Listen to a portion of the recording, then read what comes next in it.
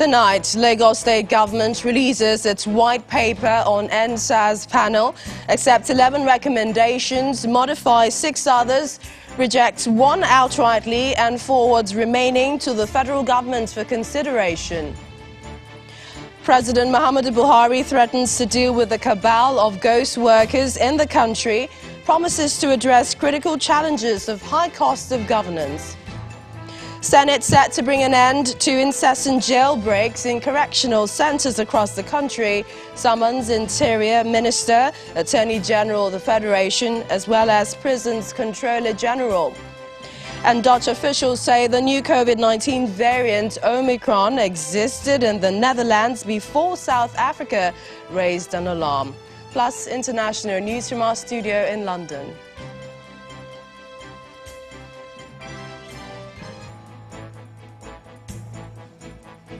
On Business News tonight, Vice President Professor Yemi Osinbajo reaffirms federal government's commitments to ensure an enabling business environment for investors. On Sports News tonight, Nigeria's Aruna Quadri becomes the first African to be ranked world number 13 in the latest International Table Tennis Federation ranking released today. And from Abuja, Federal High Court in the city sets aside the banishment of the deposed Emir of Kano, Muhammadu Sanusi II, calls it unlawful and unconstitutional.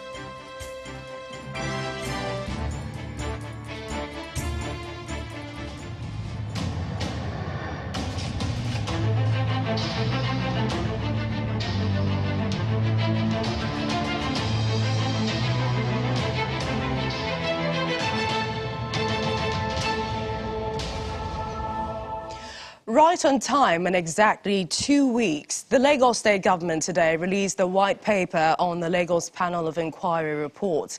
Just like the panel's reports, today's document is in 2 parts, with 1 part focusing on the Lekki incident of October 20, 2020, while the second part focuses on general police brutality cases.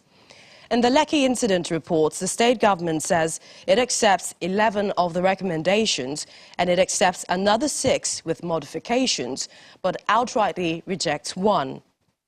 The state government described the panel's conclusion that 9 persons were shot dead at the toll gate as assumption and speculations. The state government is also recommending disciplinary action against 2 military officers who refused to honor the summons of the panel. The government, however, says 14 of the recommendations fall outside the powers of the state and will be forwarded to the federal government for consideration. For the second report, the state government accepts 4 of the 22 recommendations and will forward 18 to the federal government for consideration. You can get details of the white paper on our website. It's channelstv.com. But earlier in the day, the governor called on some EndSARS activists to join a historic peace walk in December as part of measures to promote the healing of the state and the country in general. Governor Sanwo-Olu, in a broadcast to residents of the state, says there's need to bring closure to the events of October 20, 2020. Apart from the chairman of the panel being a respected retired jurist, various stakeholders, including the youth, EndSARS protesters themselves, the police, and civil society groups were all represented on the panel. While I commend the panel for undertaking its tasks to the best of its abilities, it is however regrettable that the panel's work and the leakage of an unauthorized version of the report has generated tension. Sadly, a deep wound has been reopened. The heated exchanges among various shades of opinion on the report have unfortunately put us at the risk of meeting a larger picture. The fact that what we all seek is common, is a land in which we're all safe and secure. Law enforcement agents are trusted and justice is guaranteed for all. Let me therefore use this occasion to extend an open invitation to all of our youths, members of the diplomatic corps, civil society groups, students, gentlemen of the press, media, and other stakeholders to join me. I will want Fani-Kayode, popularly called Fowls. I would want Debo Adebayo, Mr. Macaroni. I would want an activist lawyer, Mr. Dele Farotimi. I would want Temitope Majekodumi. I would want Mr. Segun Awosonya. I would want Adetong, just Detong, who draws me every day. I want legendary son of Fela Seun Kuti. I will also want the Commissioner of Police, Mr. Akim Odumusi. I want the Commander of the RRS, CSP Yinka Egbeyemi, to join me on this historic march for Abia, Lagos. In the meantime, the call by the Lagos State Governor for the peace walk has been rejected by the members of the EndSARS movement. Fani-Kayode, also known as Fowls, Debo Adebayo, also known as Mr. Macaroni, activist lawyer Dele Farotimi, Temitope Majekodumi, Segun Awosonya Adedotun, and Seun Kuti were invited by the Lagos Governor. Some of the members that appeared on our daily political show, Politics Today, want justice to be the main priority of government, insisting that that will spark the beginning of the much-needed change in the system.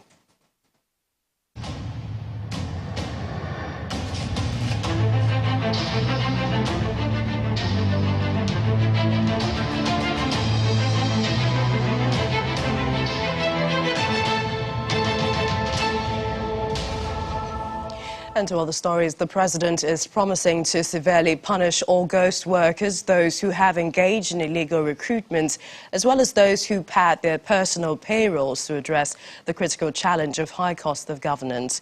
Speaking during the third National Summit on Diminishing Corruption in the Public Sector, President Muhammadu Buhari made reference to the incessant number of accounts operated by the ministries, departments and agencies, which his administration streamlined through the Treasury single account. Our State House correspondent, Gloria Mezuke, reports. Effectively leading to this recovery.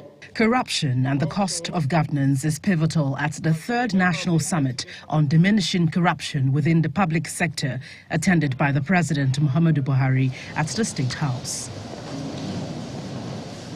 All three arms of government are in attendance as the Chief Justice of Nigeria makes clear that the judiciary must remain insulated from any form of interference or inducement for the nation to thrive. Various cases for feature, cash for feature, were made in hundreds of millions of naira. We shall not rest on our oars until every trace of corruption and undue exercise of influence negatively secure unmerited advantage over others is stamped out of our climate. In a bold move to halt cases of illegal recruitment, racketeering and diversion of public property by civil servants, the ICPC reveals that it has uncovered nearly 300 duplicated projects, amounting to 20.1 billion naira in the 2021 budget.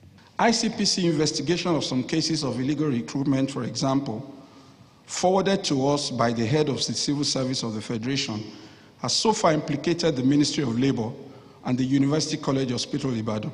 A syndicate of corrupt individuals within the service corruptly employ unsuspecting Nigerians, issue them fake letters of employment, fraudulently enroll them on IPs, and post them to equally unsuspecting MDAs to commence work. ICPC is prosecuting one of the leaders of the syndicate, from whose custody we retrieved several fake letters of recommendation purportedly signed by the Chief of Staff to the President, some signed by ministers, Civil Service Commission, and other high-ranking Nigerians. The stark revelations apparently receive further backing from the President. Those who illegally bring in personnel into the public workforce by illegal recruitment, those who paid their personal payroll, those who retain ghost workers must be and will be severely punished. Undoubtedly, strengthening existing agencies that fight corruption is quintessential for the government. But beyond this, improving governance through a change in attitude is also fundamental for the federal government. From the presidential villa, Gloria Umezuke, Channels Television News.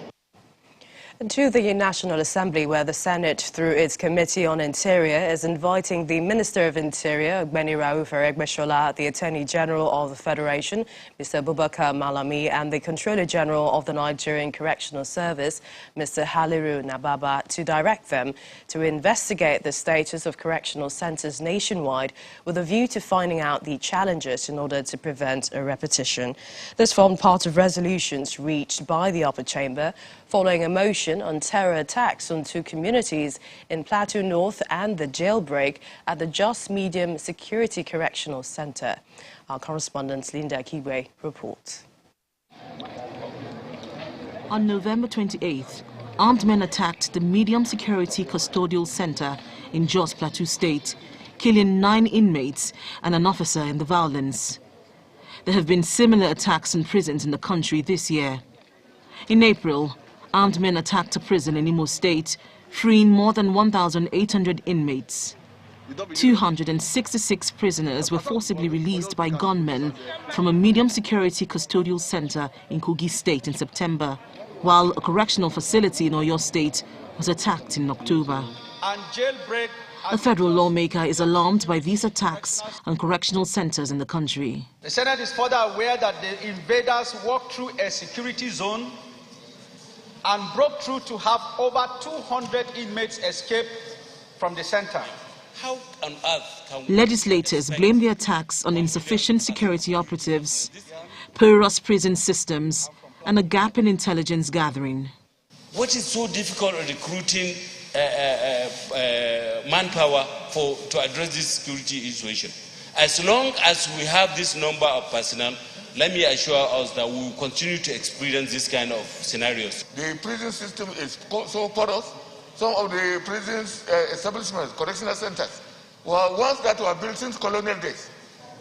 Accordingly, the Senate in its resolution is mandating the Committee on Interior to invite the Minister of Interior, the Attorney General of the Federation, and Controller General of the Nigerian Correctional Service to carry out full-scale investigation of the status of correctional centers nationwide with a view to finding out the challenges to prevent a recurrence of jailbreaks. The personal explanation is to... Meanwhile, the federal lawmaker is drawing the attention of the Senate to over 900 pending cases of gender-based violence in courts across the country.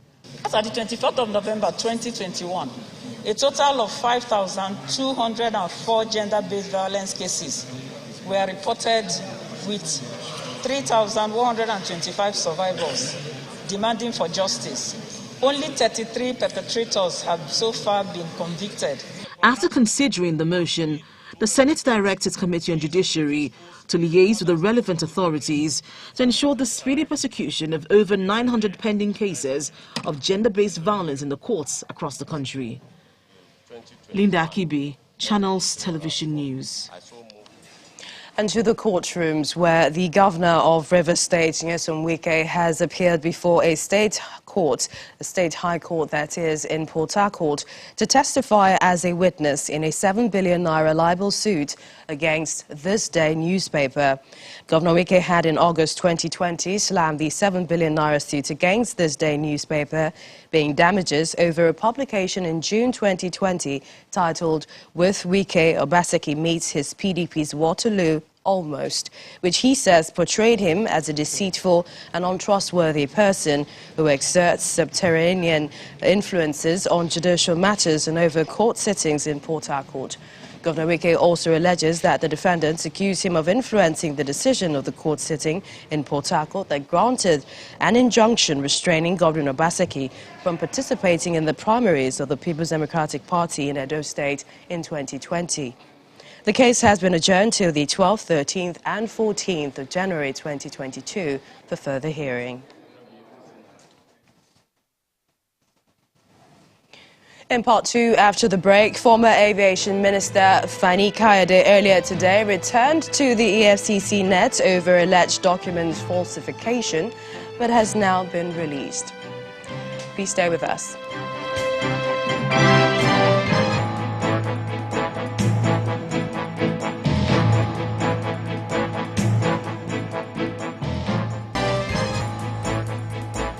Welcome back. If you just joined us, you're watching the news at 10 live on Channels Television Lagos. A reminder of our top stories.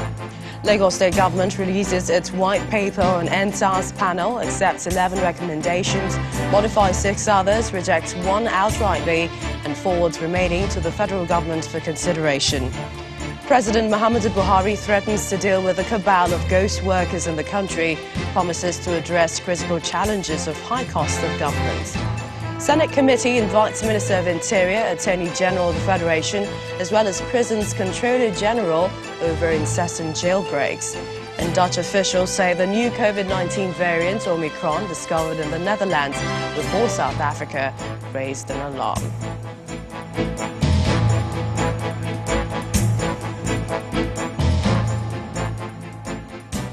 And we continue it with the court, where the Minister of Works and Housing, Fashola, has filed a 2 billion naira defamation suit against the Chief Executive Officer of Sunrise Power and Transmission Company Limited, Mr. Leno Adesonya, over some alleged libelous publications made in 2 national dailies against him. In a suit before a High Court of the Federal Capital Territory, Mr. Fashola accused Mr. Adesonya of making false and downgrading publications in The Guardian and This Day newspapers of January 11 and 16, 2019, in respect of the Mambila Power Project. In the said publications, the defendant allegedly accused Mr. Fashola of frustrating the completion of the Mambila Power Project and engaging in acts of corruption in relation to the project while serving as Minister of Power, Works and Housing. This move, according to the minister, portrayed him as a dishonest and greedy politician, unworthy of his position as minister. The minister, who was present in court, is praying for an order that the defendants publish a retraction of the publications and offer him a properly worded, unreserved apology.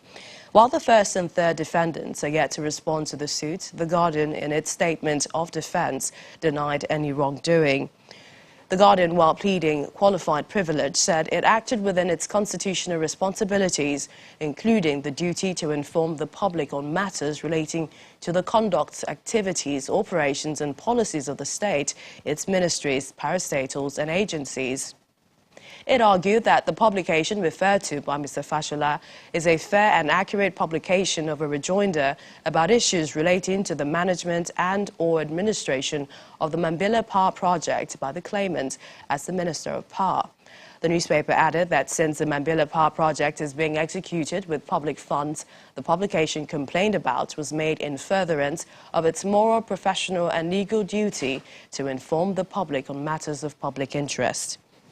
The Guardian stated that it did not hold Mr. Fashola in malice or in contempt and has never made any publication or done anything against him to cast him in bad light. At the mention of the case, Mr. Fashola's lawyer noted that it was only the Guardian newspaper that had filed any response. Justice Sylvester Orji noted that the first and third defendants were still within the required 7 days to file their responses. He subsequently adjourned till the 6th of December for hearing of a pending application filed by the minister. Meanwhile, a federal high court in Ikoyi, Lagos, has adjourned the case of Mr. Femi Fani-Kayode alongside a former Minister of State for Finance, Nenadi Usman, and others. The EFCC preferred a 17-count charge of 4.6 billion naira money laundering against them, which is said to have contravened the provisions of the Money Laundering Prohibition Amendment Act 2012, and they had each pleaded not guilty to the charges and were granted bails. At the resumed hearing today, the former aviation minister was rearrested and later released by the Economic and Financial Crimes Commission following investigations into alleged document falsification. Well, staying with the courts in Lagos, it's another day of proceedings at the High Court as the trial of Chidinma Ojukwu, where the fourth prosecution witness continued. A Mr. Rotimi Albert, a close associate to the murdered Super TV Chief Executive Officer Usivo Ataga, gave his testimony. This is the moment Chidinma was brought to court in company of the Correctional Service officials. Heavy security, unfriendly. With cameras not allowed inside the courtrooms, the fourth prosecution witness was called, Rotimi Albert, a close friend to the deceased, who narrated how Ataga's family and friends searched for him but found his body in the mortuary on his birthday. The witness, who introduced himself as a longtime schoolmate and family friend to the late Ataga, said he wanted to call the deceased on June 17th, his birthday, to send birthday wishes to him, so also a mutual friend. But the mutual friend told him on phone that no one had heard from Ataga since Sunday, June the 13th, yet a WhatsApp message he sent was delivered. He said the phone of the deceased was tracked, and it was noticed that the phone was last used at the University of Lagos guest house. However, the phone tracker also indicated that the telephone was used at the Alagomeji area. Albert said the tracking became difficult because the movement kept changing. The witness was led in evidence by the Lagos State Director for Public Prosecutions. After his examination in chief, the witness was cross-examined by the first defendant's counsel. The witness said he was not the one checking and tracking the deceased's phone and his bank transactions, but a mutual friend. The witness stated that he made a statement at the police station, which was tendered by the defense counsel, and it was admitted in evidence. The counsel to the second and third defendants said they did not have any question for the witness. The prosecutor, however, asked for an adjournment to enable them bring other evidence. Justice Yetunde Adesoya consequently adjourned the case till February 14, 2022 for continuation of trial. And we continue in the courtrooms over to our Abuja studios where Markwe Ogun Yusuf is standing by. Hello, Markwe.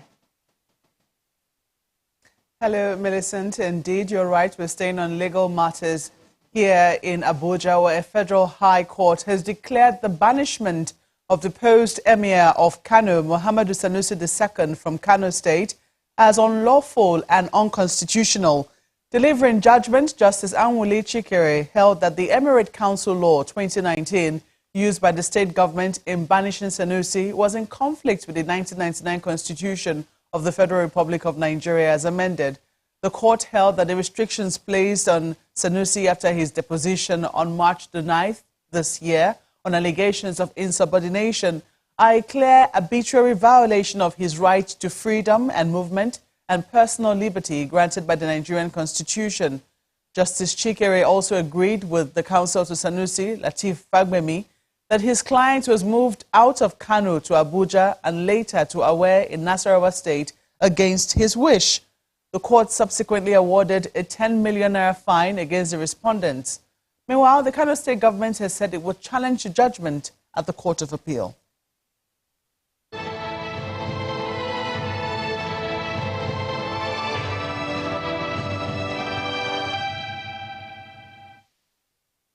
In health matters, the House of Representatives is asking the Federal Ministry of Health to mandate the COVID-19 task force to immediately activate strategies to be implemented in monitoring adherence to COVID-19 guidelines and ensure residents continue to comply with all advisories aimed at curtailing the spread of COVID-19. This is sequel to a motion by Representative Dachong Bagos on the Omicron variant of COVID-19. The lawmakers are also asking the Nigeria Center for Disease Control to ensure intensive observation and checks on inbound passengers.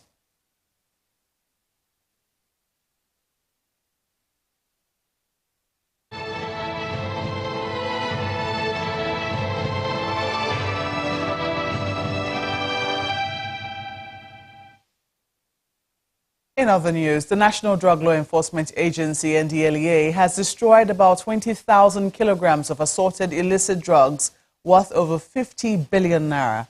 At the public destruction of the items in Abuja, the chairman of the NDLEA, retired Brigadier General Buba Marwa, says they were seized between 2019 and 2020. Our correspondent Emperor Simon reports. This heap of illicit drugs seized by the National Drug Law Enforcement Agency in Abuja between 2019 and 2020 are to be burnt following court orders of forfeiture by those convicted and sentenced. Drug abuse is a cankerworm eating our society today that must be collectively addressed.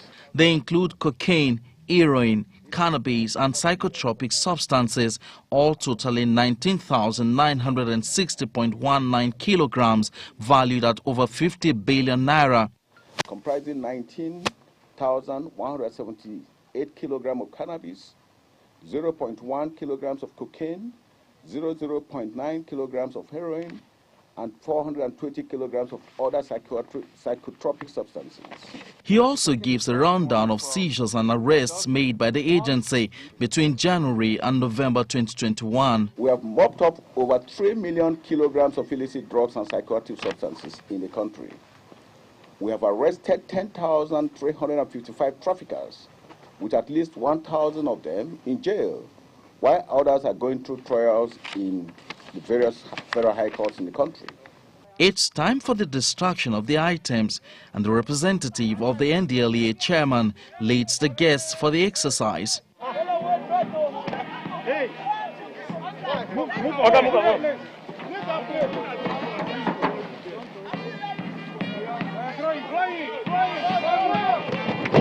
To further strengthen the fight against illicit drug in the nation's capital, the NDLEA says it will soon commence an anti-drug project which will involve owners of bars, parks and gardens. What we try to do now with the Abuja City project is to involve and engage all the gardens, parks, recreation centers and hospitality industry such as hotel, bars and clubs by ensuring that our anti-drug notices which raise drugs and substances are not allowed in these premises. It's not the first time NDLEA will be destroying assorted illicit drugs such as this, but the agency says it remains undeterred in ending illicit drug trafficking in Nigeria. Emperor Simon, Channels Television News. When the news at 10 returns, MTN Nigeria launches public offer of 575 million ordinary shares to retail investors in Nigeria. That's on Business News. You join us again.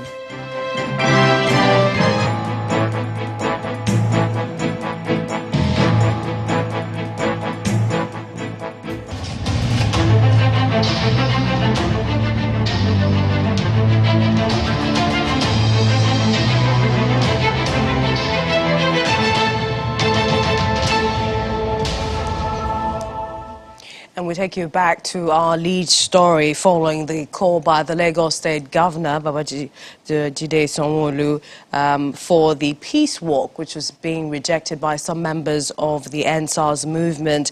Well, some of them, Debo Adebayo, also known as Mr. Macaroni, who was on our political show, Politics Today, wants justice to be the main priority of the government. But the government must not forget that they are accountable to the people that they as leaders have sworn to serve and to protect. That is leadership. That is governance.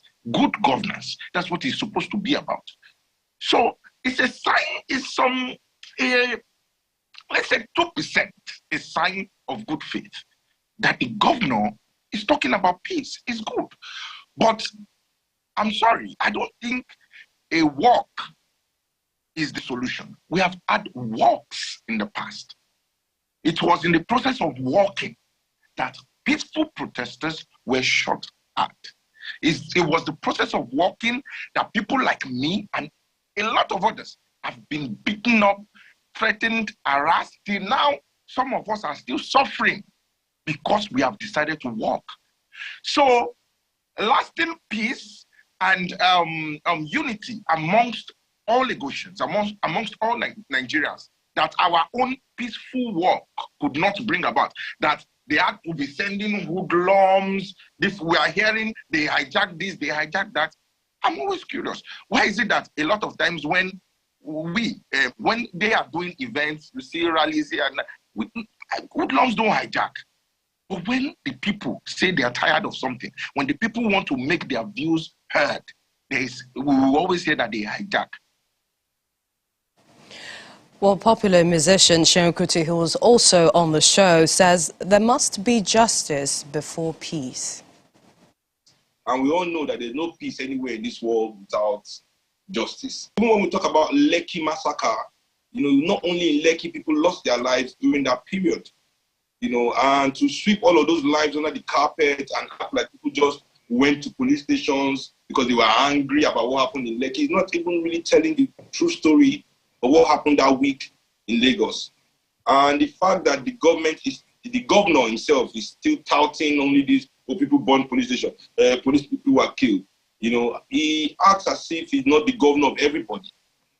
How about those people that lost their lives in those neighborhoods, and things like that. As I always say, it's a shame that in Africa we are ruled by a mindset, a narrative. Both is in the professional world, is in the elite business, elite political world, where things are more valuable than people to us.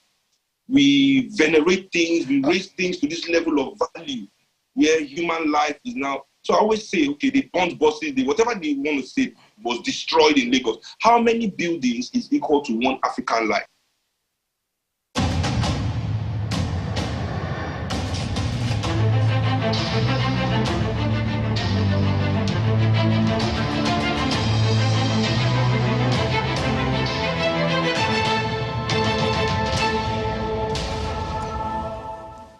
Friday Odum of Cleaner Lancet Laboratory has emerged winner of the ISN Medical Laboratory Scientist of the Year 2021 at an event to recognize the contribution of medical lab scientists to the healthcare sector in the country, especially in this COVID-19 era.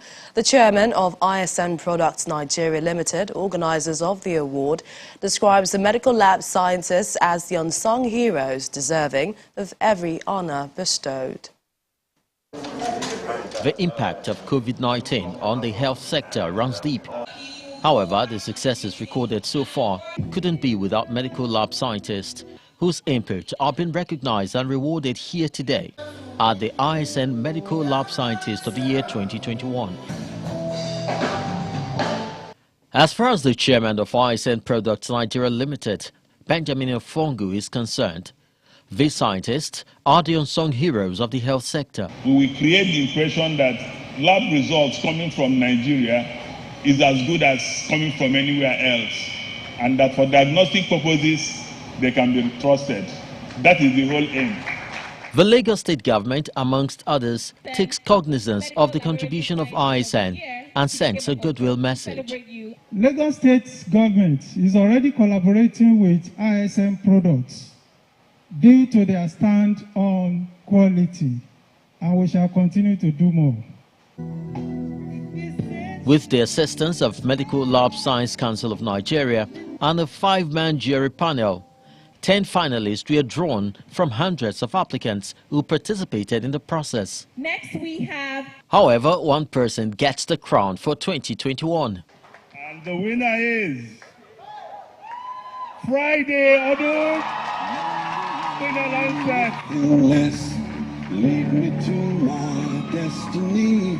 As a working philosophy, may I enjoin each and every one of us to do all the good you can to all the people you can, in all the ways you can, at all the places you can, by all the means you can, as long as ever you can. Thank you very much, and God bless you. The management of ISN Products Nigeria Limited appears satisfied with the outcome of the event and is set for the future. We want to expand it to all lab scientists. We do have operations across other countries in West Africa, so we're also thinking of how we can make it a regional event. So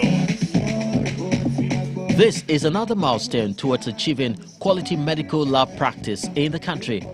And by this event, ISM Products Nigeria Limited seems to be treading the right path. Please, let's keep celebrating our lifetime. It's now time for some business news. Here's Teniola Shibowale.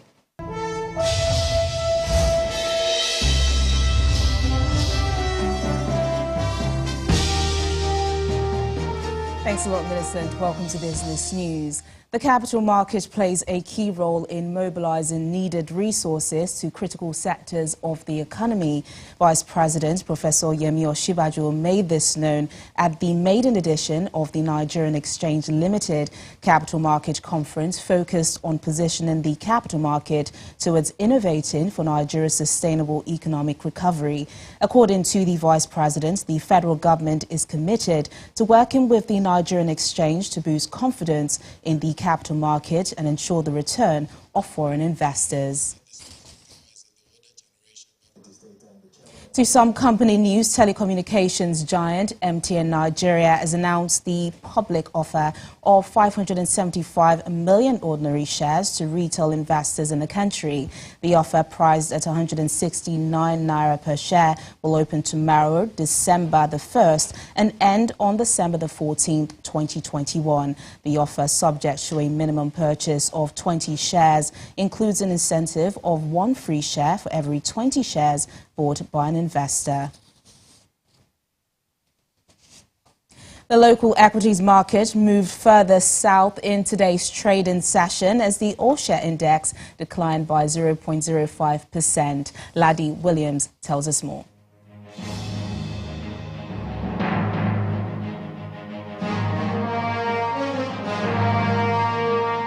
Hello and welcome to the Stock Market Report. Well, it's the last trading day of November and the market has not been able to pick up from Monday's negative start.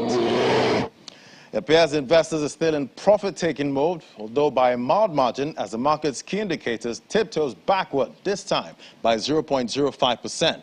At the same time, additional 12 billion naira is knocked off from the total value of listed equities, no thanks to extended sell pressure of GTCO and Zenith Bank.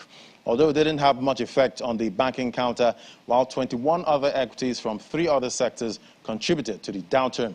Now let's take a look at the activity chart there. We see overall performance there was positive in contrast to Monday's session. So far, the month of November has been on the positive at around 2.8%, despite the sell-offs we've seen in the last 5 sessions. Let's hope December gets off to a positive start. Until then, keep our fingers crossed. And that's the Stock Market Report. I'm Laddie Williams. Back to you. And that's Business News tonight. It's back to Millicent for the rest of the news at 10. Thank you, Teniola. Still ahead on the news at 10, Dutch officials say the new COVID-19 variant, Omicron, existed in the Netherlands before South Africa raised an alarm. And more international news from our studio in London. Please stay with us.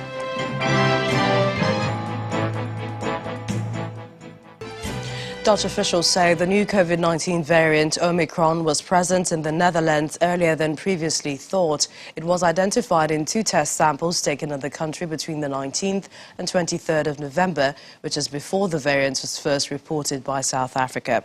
Let's head over to our London studio where Simon Pusey has more international news and around the world in 5.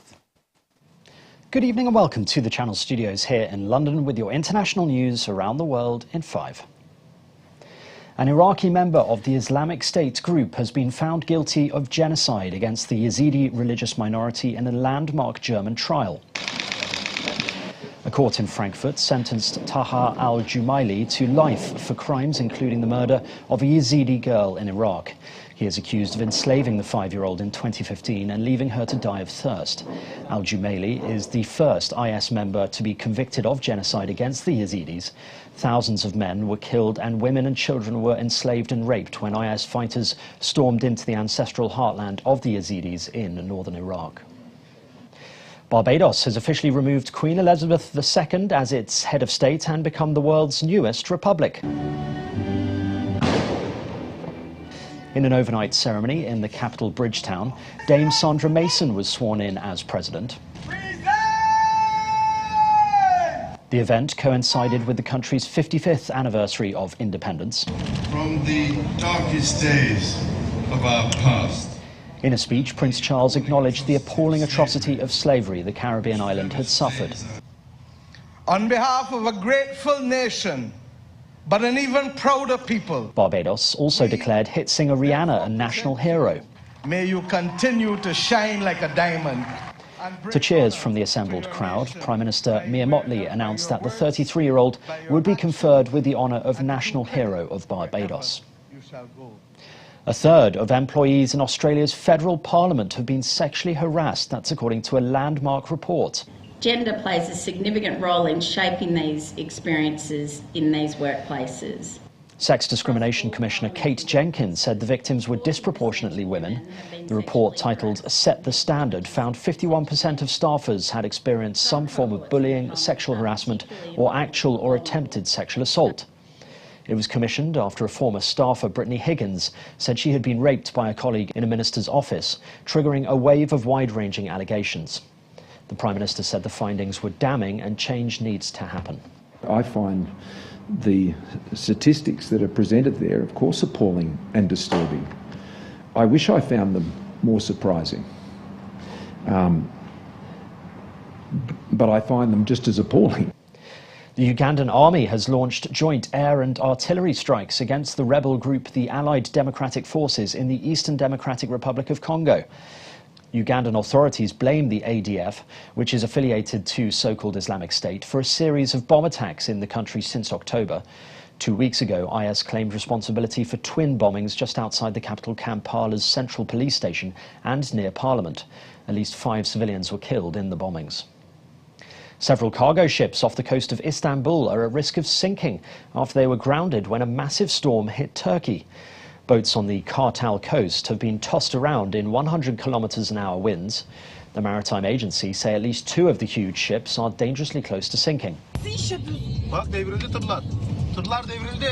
Meanwhile, on dry land, mobile phone footage shows the impact of the extreme weather, with dozens of trucks and lorries pushed over.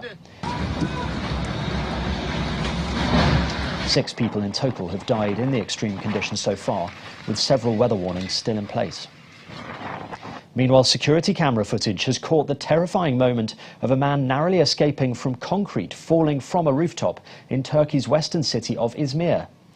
Due to high winds, a building undergoing construction started to crumble, with concrete narrowly missing a man who ducks away and runs for cover.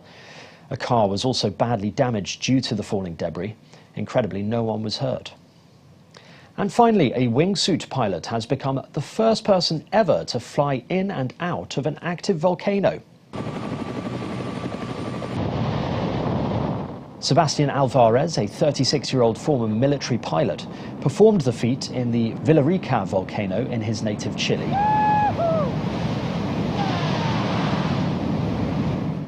After a year's preparation, which involved learning all he could about the smoke columns, air pressure and the speed of wind, on the day he had to ensure his flight direction and timing were just right.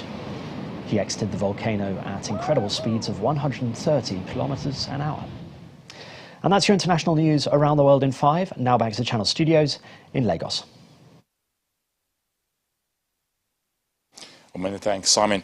Nigeria's Aeronaut Quadri has set a new record as the first African to be ranked number 13 in the latest ITTF World Ranking released today. Now, the Nigerian was ranked 17th in the world before the ITTF World Table Tennis Championships held in Houston, Texas, in the United States, and gained 4 steps up in the new ranking. Well, Tiger Woods does not know when he will return to the PGA Tour following a February car accident that left him in a wheelchair for 2 months, but says he would love to compete in the British Open next July at St Andrews. Woods, who was close to having his leg amputated after he lost control of his car in Los Angeles, won 2 of his 15 career major titles at the Old Course at St Andrews in Scotland and has not ruled out being in the field. Tunisia beat Mauritania 5-1 in the first match of the 2021 Arab Cup at the Ahmad bin Ali Stadium in Al Rayyan, Qatar earlier today. The 2 goals each from Safieddine Jaziri and Mohamed Ben Arbi and one from Youssef Nsakni gave Tunisia a winning start in Group B. And that's a wrap on sports news. Thank you, Otunde. And the main news again. Today, the Lagos State government released its white paper on the EndSARS panel. The government accepted 11 recommendations, modified 6 others, and rejected 1 outrightly. One of the recommendations accepted is that the police should be adequately funded, while the government outrightly rejected the panel's report that 9 persons were shot at the Lekki toll gate on October 20, 2020. That's the news at 10 tonight. Thank you for watching. I'm Millicent Nwokam. Have a good night. Stay safe.